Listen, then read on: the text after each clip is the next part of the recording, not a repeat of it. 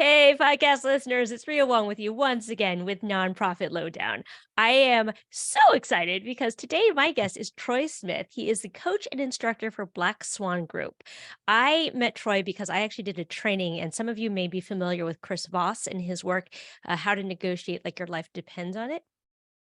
Never split the difference.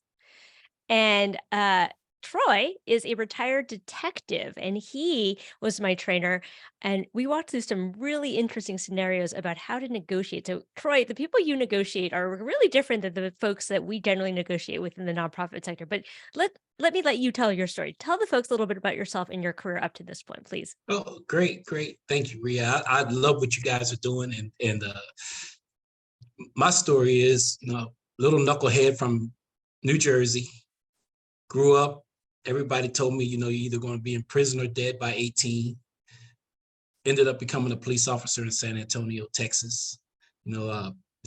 Spent 23 years on the San Antonio Police Department, and all of it was in specialized units. First year I was involved in the shooting, a guy pulled a gun on me while I was sitting in a patrol car. And I realized in that moment that that we didn't have a good relationship with the community. So I started going out in the community. We started a program called the Police Athletic League. We had 20,000 community members in the program within the first year. Did that for 7 years. I got what we called a 7-year itch. After that, after 7 years, the saying in law enforcement is when the community needs help, they call the police. When the police needs help, they call SWAT. So SWAT was like the most elite unit. They were fit. So I was fit. I decided I wanted to be a SWAT team member. And I went through the training. And then they had a negotiator school right afterwards. So I ended up going to the 2-week hostage negotiation school. And when we had to have we had a call out. It was 105 degrees outside, and we're all wearing black. And I'm looking at the SWAT guys sweating. I said, I can listen to people talk. The negotiators were sitting on the side eating pizza in the shade with a van with air conditioning. I said, I can listen to people talk. So I became a hostage crisis negotiator. And I did that full time for 7 years with the San Antonio Police Department. And one of the things I ended up finding out about it was I actually went to the FBI 2-week school in 2000. That's where I first met Chris Voss. And the director at the time said, Troy, you've been involved in over 300 call-ups so far. And you've actually done the talking on 270 based on the information we have, and you've never lost one. I didn't know that. So I always believe, you handle the situation, you move on to the next one, but you always if you genuinely care about people, when you're in that situation, you're going to give your best. After that, I went undercover. Then finally, I finished with the United States Marshal Service, and then I went into the private sector as an executive. Got back into law enforcement in some aspect because you guys in your world, it's more difficult than being a police officer. We know who we're dealing with. You guys have it a little differently. So I applaud you for what you do, because there's always sharks in the water, and they're looking for the blood.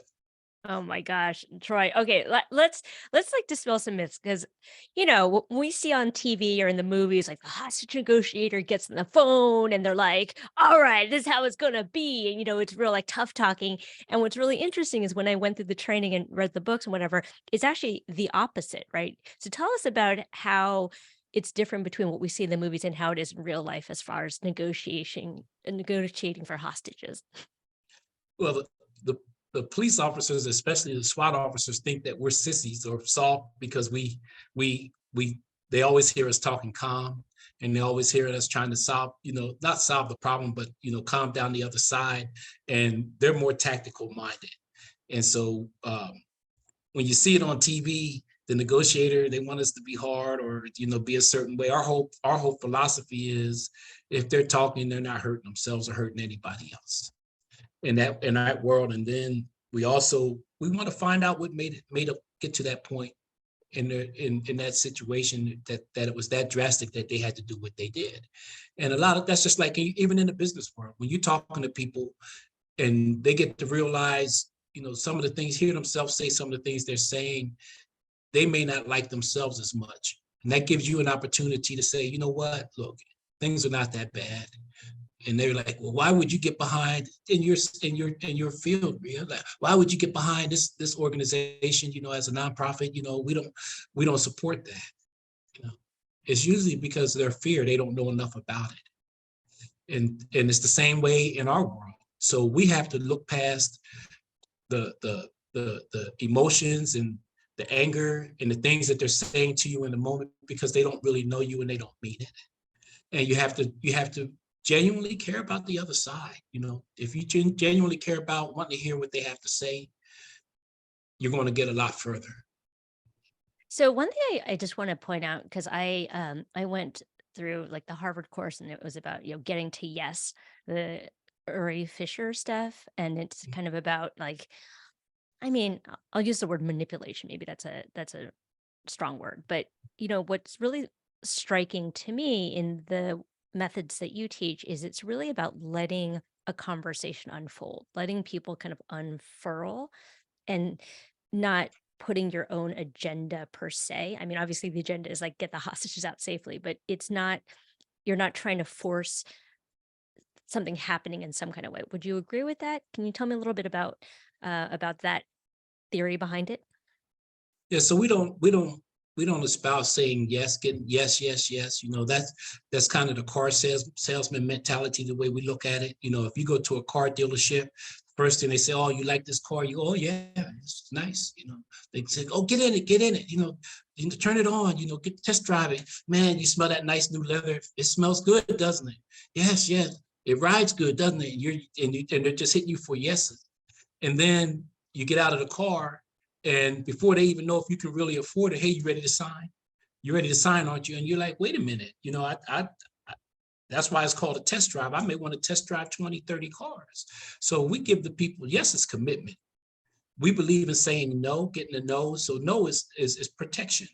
So instead of saying, hey, you're willing to do this, aren't you? And they don't know if they're really willing to do it. We say, would you be against doing that? And they're like, well, no, now they had a choice. They felt like they had a choice at coming up with if they wanted to do it or not. They weren't forced into a position where they had to commit to something that they may not have wanted to commit to. That's how we operate. We feel like 75 to 80% of the conversation should be about the other person.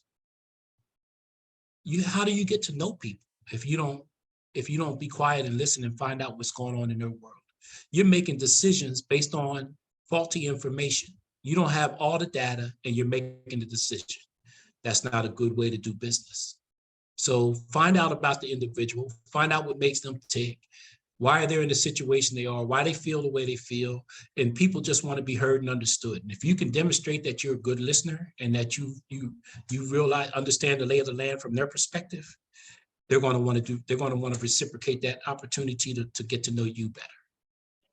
I love that so much. And actually, could you walk us through the 5 levels of listening? Because I find that to be really interesting and helpful. That's a good question. We talk about the 5 levels of listening. You got the intermittent listening. You're just listening and half paying attention. It's kind of like if somebody's on their cell phone and they're texting and they're just listening just intermittently.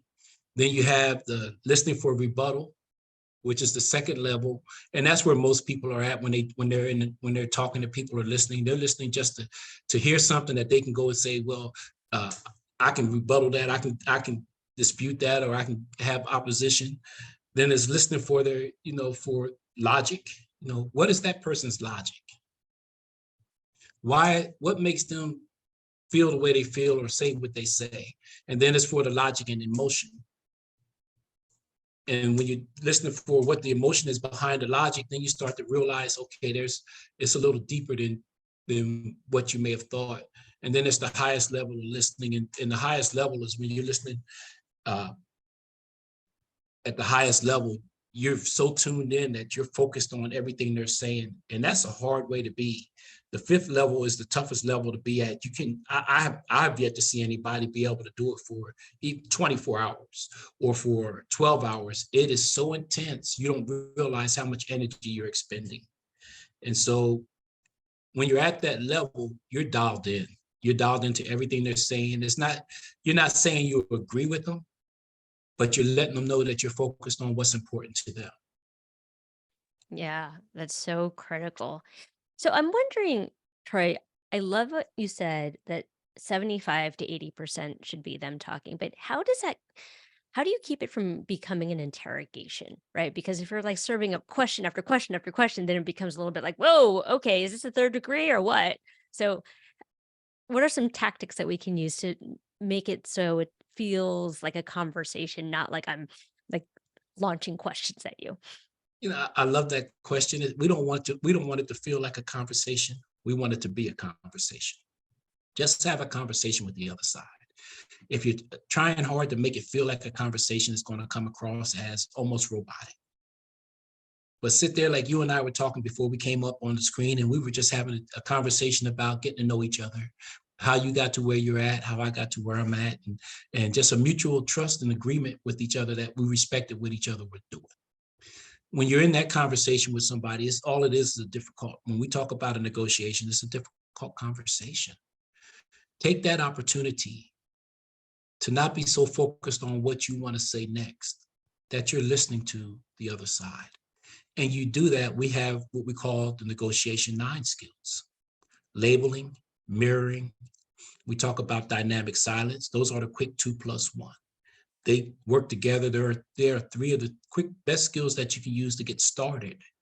And you'll start to see an improvement in the way you're talking to people and the way people are talking to you, because they're starting to feel like, man, this person is genuinely trying to figure out what's important to me, what matters to me, and you make it about them. So I'll give an example. When I say 75 to 80% of the conversation, we talk about labeling. We label their emotions, we label the dynamics. What are we seeing? What are the affects? If they're telling us no, but they're shaking their head yes, you hit them with, instead of saying you're lying, they may not be lying. It seems like there's something else going on. You weren't direct. You said it seems like.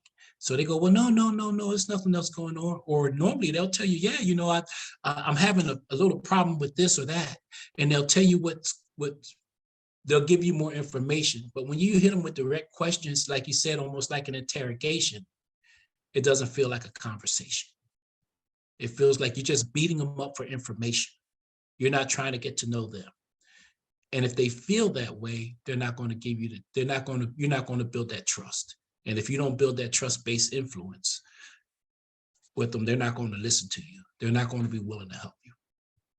So, if I could summarize, labeling is by just putting a label on the dynamic. Like, hey, seems like you're nervous about something, or seems like, you know, whatever. It seems like there's more here to say. Can you walk us through uh dynamic silence and mirroring? Like, what are those techniques? What are those techniques? Yeah, could you just explain a little bit about what is mirroring and what is dynamic silence and how to use it? I see what Uh, you did there. Ha! You just Thank gamed you. me. You caught it. I See, got that's how I like to teach. You asked me about mirroring. I hit you with the mirror, and you responded without even realizing that you were being hit with the mirror. You said, yeah, I want to know a little bit more about the mirroring and the dynamic silence. And I stayed silent. I allowed you to carry on the conversation. And then you realize what I did.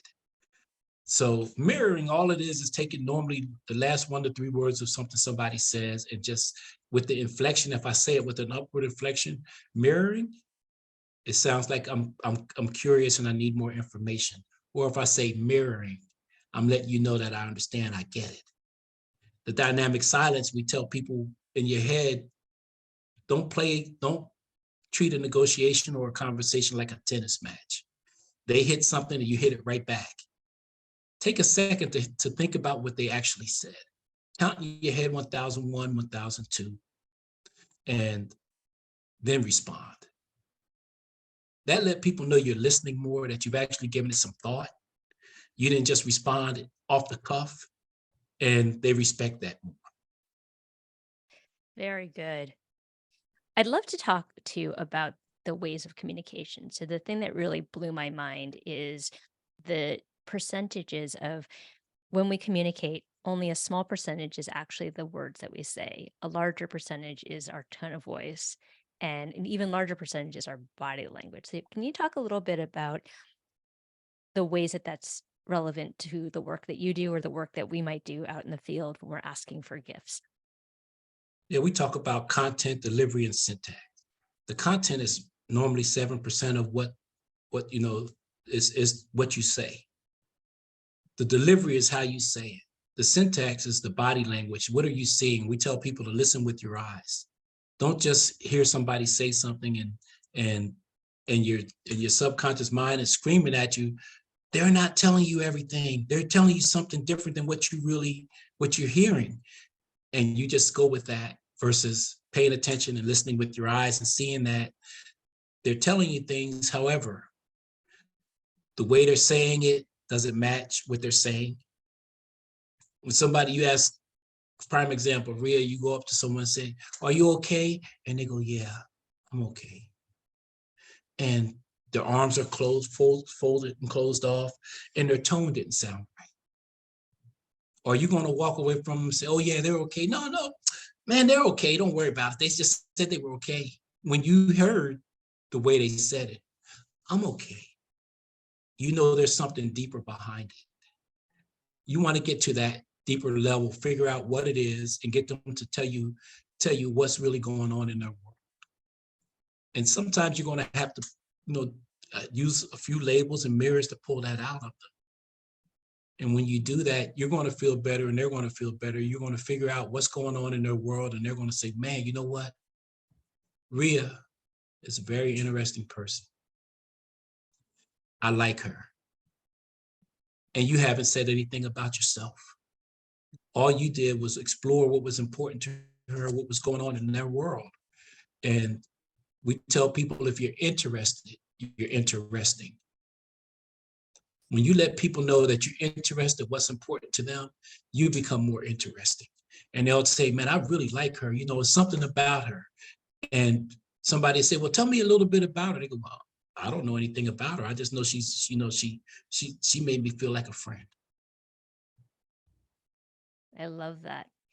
So when you're on a phone call, and I imagine these are very high stakes, high pressure situations, what are you doing to prepare or to interact? And I'm thinking specifically about like what are you doing with your voice and what are you doing with your body language so that you're slowing down conversation?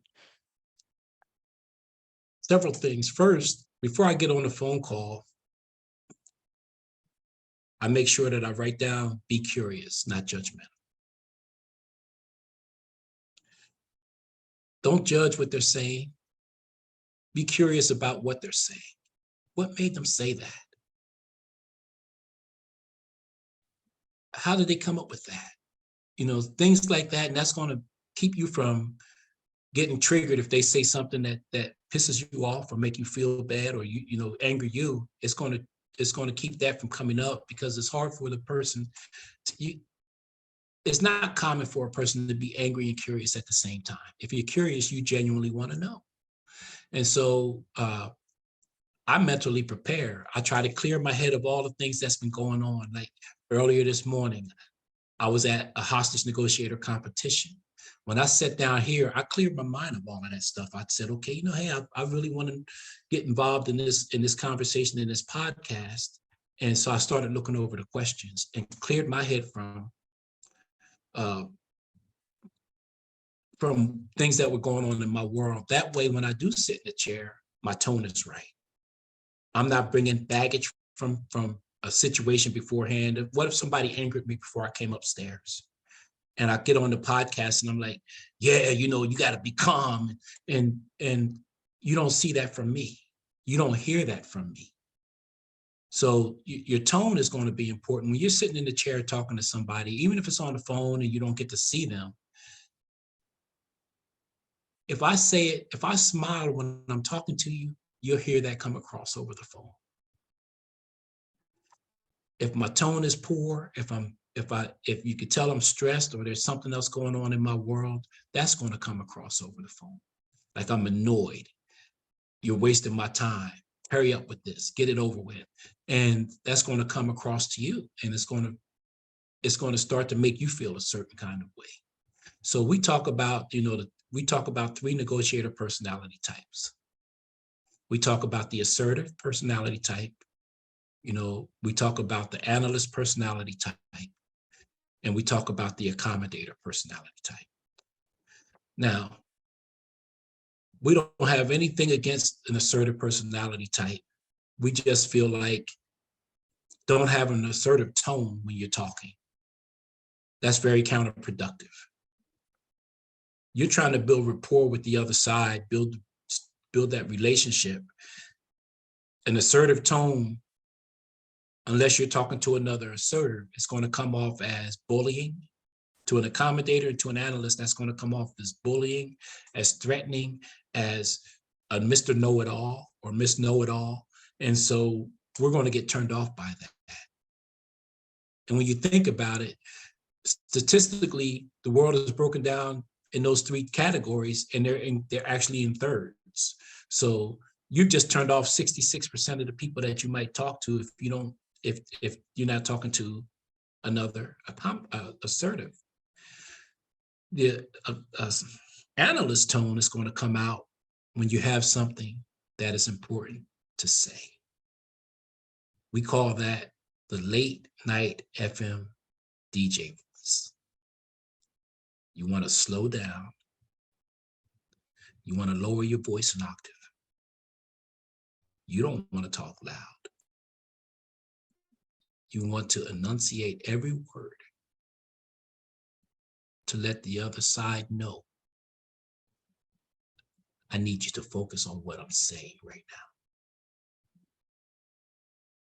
And then there's the accommodator tone. That's the tone that we've been talking all through this. It's the more friendly tone, casual conversation tone. It's not clown, being a clown or joking. Everything is not a joke. You're just being more friendly, like you would if you're talking to a friend that you, hey, how's everything going? And so your tone is more conversational. Those are the 3 tones that we talk about in the 3 personality types that help us on a phone conversation, on a Zoom conversation, and face-to-face to be able to, I don't want to say disarm the individual, but make them feel more comfortable. Yeah.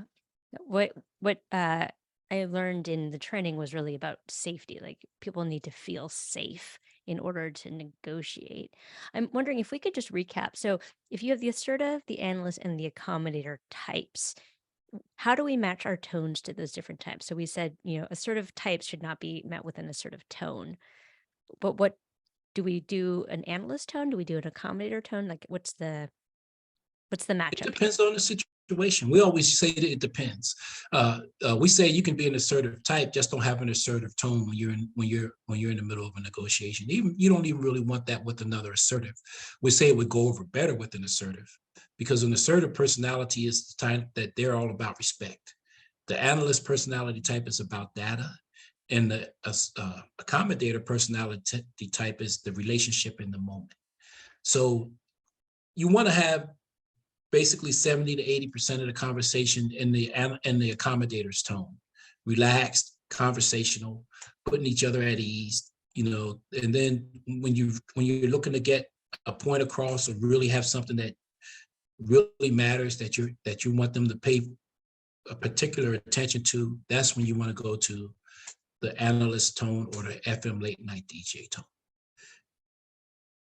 So is it ever appropriate to use the assertive tone in a negotiation? If you want to piss somebody off. And if you've been working hard to try to build that relationship, is that what you really want to do? I mean, I don't want to do that, but some people really like to be right. You can be right and not have to be assertive. Mm. When you use the skills, part of the skills are designed. We talk about the Socratic method. we get people to feel like they've solved their own problems. They've solved their own issues. So now that's a win for them. You know, if they're saying things that Rhea, that you just can't do, there's things that just won't work.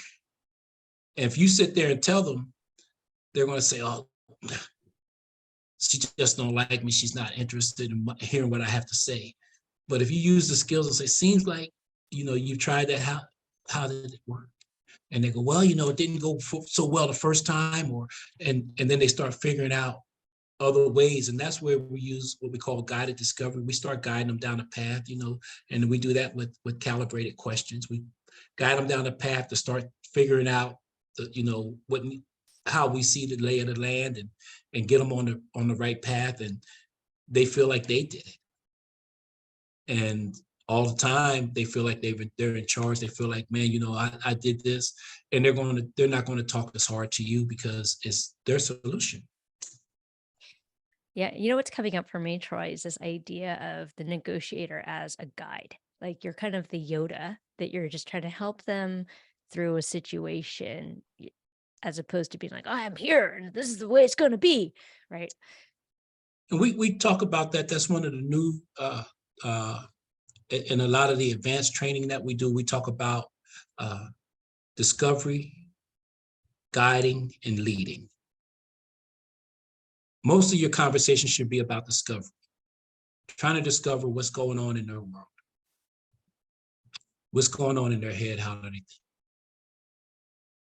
Guiding is, like we said, the calibrated questions, guiding them to get to a solution.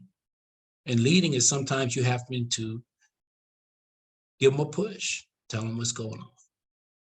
And so that's the lowest one. We don't do that as much. We do it only when needed. However, there's times when you have to do that. Got it. Could you walk us through one of the other tactics that you talk about in the training is the accusation audit? And when I heard about that, it totally freaked me out. But I think it's a really valuable tool. So could you walk us through it and tell us how we might be able to use that? Yeah, it's so funny. When we talk about the accusations audits, it scares people. They're like, man, I'm not going to tell everybody all the bad things about me. I'm not going to say things, that I'm trying to get this business, and you're telling me to tell them how bad of a person I am or how bad of a company we are, and I just can't do that. And we laugh about it, and they said, because now they're going to start thinking a certain way. And if you've ever gone to one of our trainings or heard us teach and train, we always use accusations audits in the beginning. You're probably going to think this is a big waste of your day. You may even think all we're going to do is sit here and talk about cop stories. I know you're going to wish you never signed up for this class. And then we go on and we teach, and at the end of the day, they go, oh my gosh, this was the greatest. I've never trained like this. I've never learned like this. And I still don't know if I could do the accusations audits because I don't want people to think these things about us. I said, so we used accusations audits on you in the very beginning. And if they affected you or we made you think a certain way, why didn't you get up and leave? And then, oh, you did. Just like what we just did, the little exercise that I used with you with the mirroring. When you do it, all you're doing is saying what they may be thinking about you. And you're getting out in front of it. It's called a preemptive label. You're getting out in front of it before they say it. And when you do that, people are going to look at you and they're going to say, man, this person is a very honest person. I can probably believe almost everything that they say or everything that they say because they're not afraid to tell me what I may be thinking. So you're doing it before it comes out of their mouth and they're thinking to themselves, is this guy using the Jedi mind trick on me? And all you're doing is getting out in front of the things that they may be thinking because they're not going to, negative emotions and dynamics don't ever go away until you address them. That's the elephant in the room. You can sit there and talk to somebody until you're blue in the face about everything under the sun. And in their mind, they're thinking, you know what? I think this person is greedy. So if they're thinking that, they're not half listening to what you're trying to, your pitch or what you're trying to get out. We all do it.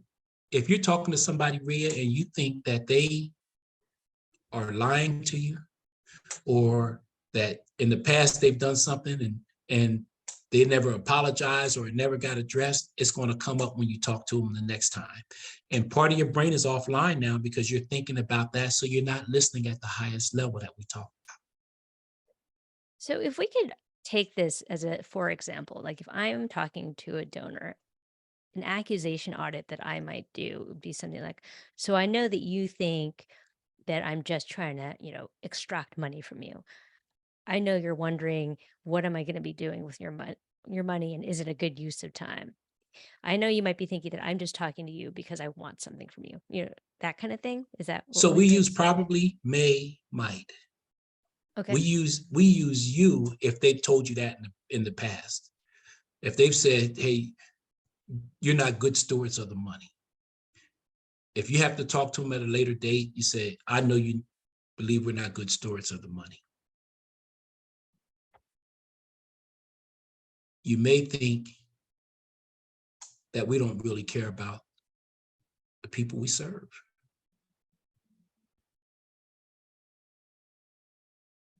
You probably feel like we're just wasting your time.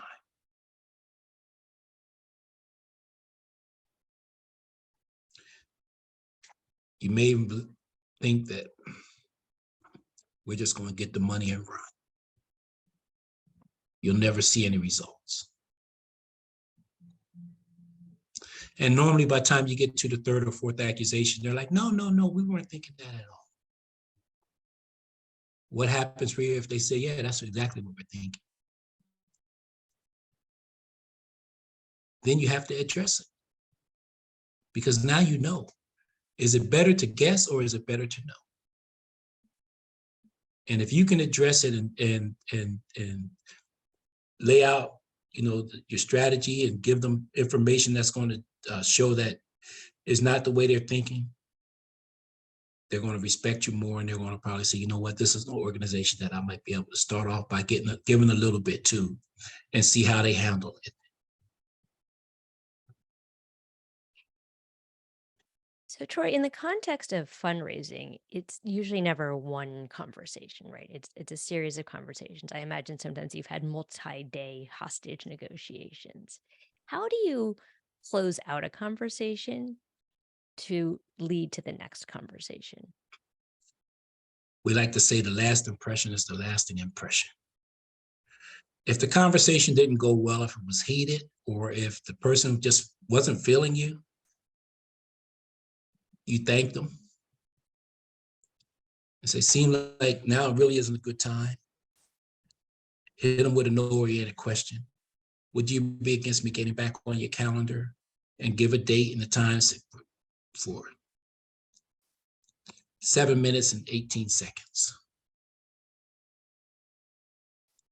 And they're going to look at you. 7 minutes and 18 seconds. Why did he say that? And then you hit them with that no-oriented question. Would you be against? Would you be opposed? And then they go, no, because people, the human nature response of people is they become curious. Why did they say 7 minutes and 18 seconds? Why didn't they say 30 minutes? Why didn't they say 15 minutes? Because that's what they're used to hearing. So you're going to become different than everybody else. And it's a great opportunity for you to have that next conversation and also show them that you're responsible, you're trustworthy, and you're honest.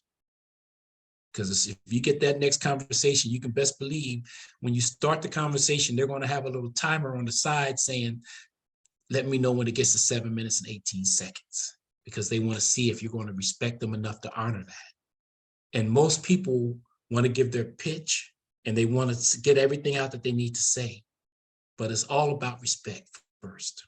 So you get in that conversation with them, and at the 6 minute mark, you make sure that you start winding it down. I like to stand up if I'm in person. If I'm face to face with somebody, I say, hey, listen, I appreciate you giving me this time, the 7 minutes and 18 seconds. I said, I know your time is valuable. We didn't get through as much as I hoped that we could have gotten through, but I just wanted to say thank you for giving me that opportunity. And I want to give you back at least 45 seconds of your day. And they're so amazed that you honored what you said that I have never had anybody say, okay, bye. They'd be like, no, you're here now. Go ahead and sit down. Matter of fact, I had my secretary carve out an hour on the clock on my calendar. And I always give, no, I really wanted to be respectful of your time. And they're like, no. And now they're almost ordering you to sit down and keep the conversation going. So now it's their idea. And if they're doing that, several things happen. One, that means they're interested in what you have to say. You didn't waste their time. You're building rapport with them because you showed that you respect them, and now they're starting to trust you because they see the honesty in you and that you actually went below that time because they're curious to see if you're going to do it. And so you build a greater relationship and rapport with them. You're starting to get that trust-based influence because when they trust you, they're more willing to do stuff with you. They're going to start to like you because they said, man, that person said 7 minutes and 18 seconds. And sure enough, at 6 minutes, they started packing up, even though they knew they weren't finished. And they're going to admire that a little bit. They're going to see you in a different light because other people don't do that.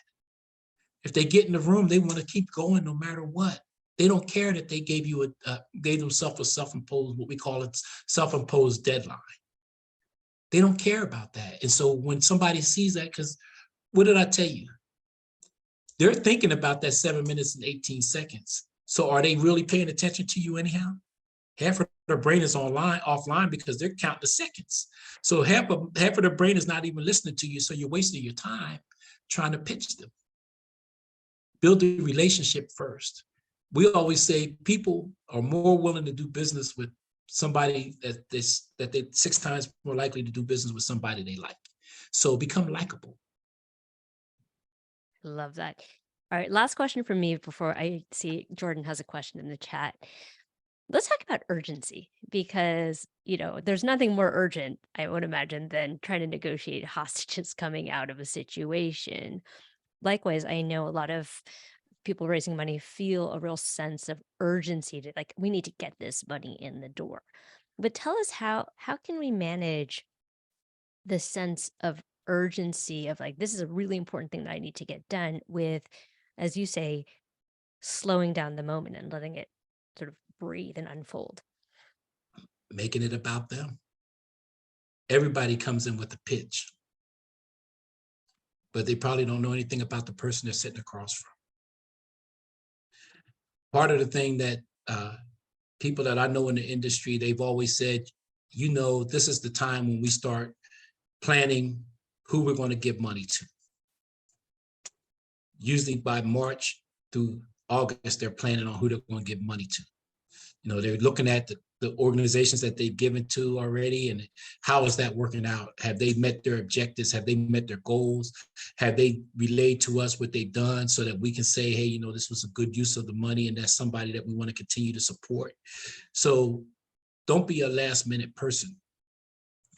That shows to a prospective client or somebody that's wanting to donate, that shows that you're not organized. So you want to, it shows that you're just out there at the last minute trying to get money. So that gives the indication in their mind that, this is not somebody I want to give to because they're not organized. So you want to be organized, send out an email just early on, say, hey, this is who we are. Would you be against considering us?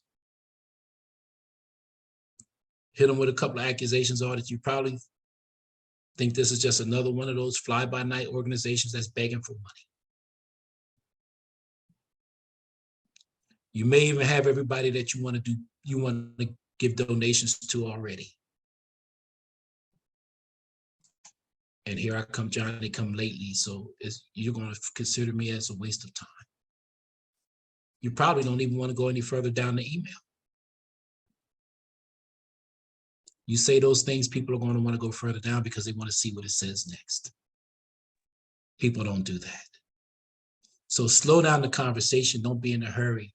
If I'm talking to you and I start getting excited and sound hurried, how do you feel? Oh, well, you feel like I'm a bother to your day, right? Like I'm not important. Yeah, it's an urgency to you, but it's not to me. Right. So why are you talking to me so fast? If you're talking to me fast, then you weren't prepared, or you don't sound as truthful. Mm, You sound desperate. yep. And when Totally. you start to sound desperate, you almost sound like a fraud or a con. Mm, so good. Um, I'm going to invite Jordan to come in here. She has a really good question, and then we will wrap up. Troy, I could talk to you forever, but I know we have to respect your time. Jordan, And what's I your question? appreciate it. Yeah, so I guess I'm often kind of negotiating like fee for service with partnerships in the nonprofit space. And a lot of times I find that when I come into a meeting, the person I'm talking to actually has a really rigorous, intense set of questions. Like they're like really vetting me. They were like, I need to know this about your program. I need to know this about your program. I need to know this about your model. Um, and I find it really hard to like slow down and sort of listen and practice some of these strategies you're talking about in that moment. Because then I'm like, okay, I got to answer all their questions. I got to get them sort of all this information to make sure they understand what a great program this is or why this is whatever, you know? So I'm just curious how you might kind of respond to that from your perspective and, yeah. Yeah, Jordan, that's a really good question. A lot of people probably wondering, how do you react to that? First of all, you want to slow the situation down. If they're coming at you almost like an interrogation, and they say, what is your company's? Give me an example. Give me an example of something, and I'll role play it with you. Yeah. So sometimes they'll ask me, they'll say like, I need to know a lot more details like about how you train your coaches. Great, and you hit them with the label. Great. Seems like you're very thorough. Yeah, we want to know what the coaches' backgrounds are.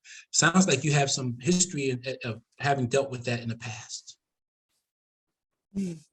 What are you doing when you say that? Yeah, you're inviting them to give you more information, like You're about sort of making it their about them. motive and yeah. And you're making it about them. Okay, that now I'm saying the person I'm sitting across from, man, you're very smart, you're very intelligent, you're thorough, you definitely make sure that you dot your I's and cross your T's. And you're finding out about them. Because now you want to know what it is that they're really asking. Because some people don't ask really good questions. They'll ask one thing, but they want to know something else. And we all laugh and one of our coaches, love him to death, Derek Gaunt, he always used this as an example. He said, somebody will ask you, come up to you at the water cooler, Jordan, and say, what are you doing at 5:00?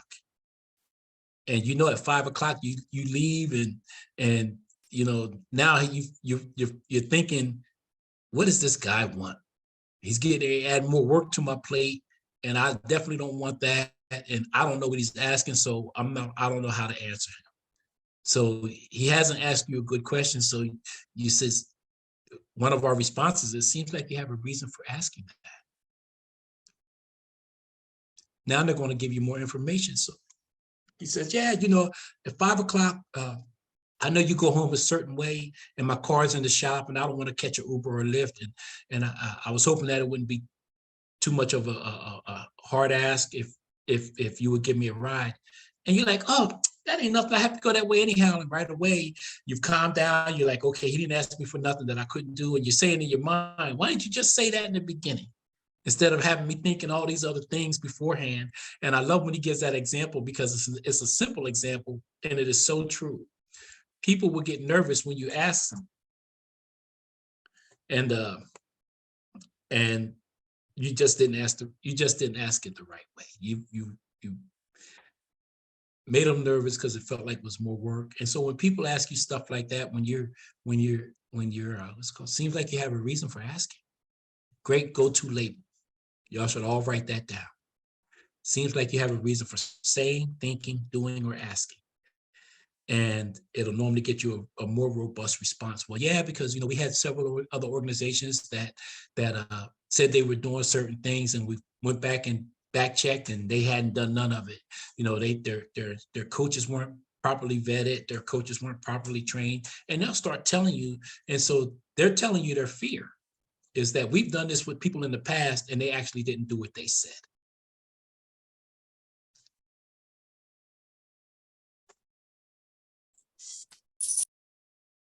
So good. Thanks, Troy. Troy, I hate to do this, but we are out of time. And I just want to know, where can folks get in touch with you or get in touch with the Black Swan Group if they are interested in learning more about these skills and honing them? And, I really think everyone needs to be out here practicing. So where can people get in touch with you? Yeah, go to the Black Swan Group. You can go on the internet and just look us up as the Black Swan Group. And once you do, you can click on the site and it'll tell you some of the training courses that we have coming up, live events that we have coming up. There's a section about the team, and you'll get to meet. You can go online and read our bios and see a picture of who we are. And we'd love to have you sit in on some of our trainings. If you want private coaching, we do that. We'd like to see you at live events like we met Rhea, and man, it was just a great experience for me. And now I'm sitting here with her. I call it chopping it up. We're having a conversation. I love Thank you, that. Rhea. Thank you, Troy. I'm going to make sure all of the info is in the show notes. Actually, last question for me. This is sort of a fun one. If you had a metaphorical billboard to communicate anything to the world, what would be on your billboard? My billboard would say several things. I always put this down and I tell people at the end of every session, good, better, best, never let it rest till your good is better and your better is best. And you can do one of three things. You can get better, you can stay the same, or you can get worse. Two of those three things are going to require some effort on your part. And if you decide that you want to get better, don't be in such a hurry. Work on getting 1 degree better every time. And when I tell people that, they look at me and they're like, 1 degree, that's not a lot. And we always talk about perspective. At 211 degrees, water is just hot. At 212, it's boiling. 1 degree can make all the difference in the world. Ladies and gentlemen, if you get a chance to become boiling water. Troy, with that, thank you so much for your time. Thank you for sharing your wisdom with all of us. And I'll make sure to put info in the show notes so folks can get in touch with you. Thank you so I much. appreciate it. Thank you. And anytime, reach out to me anytime. I really enjoy this and I appreciate what you're doing to help other people get better at learning the skills and being more successful in their profession. Thank you so much. And again, same to you. If you ever want to talk about your nonprofit, which we didn't get to talk about, please feel free to reach out. I'm always happy to help. Great. Thank you. Take care. Thanks, everyone. Okay. Have a good week.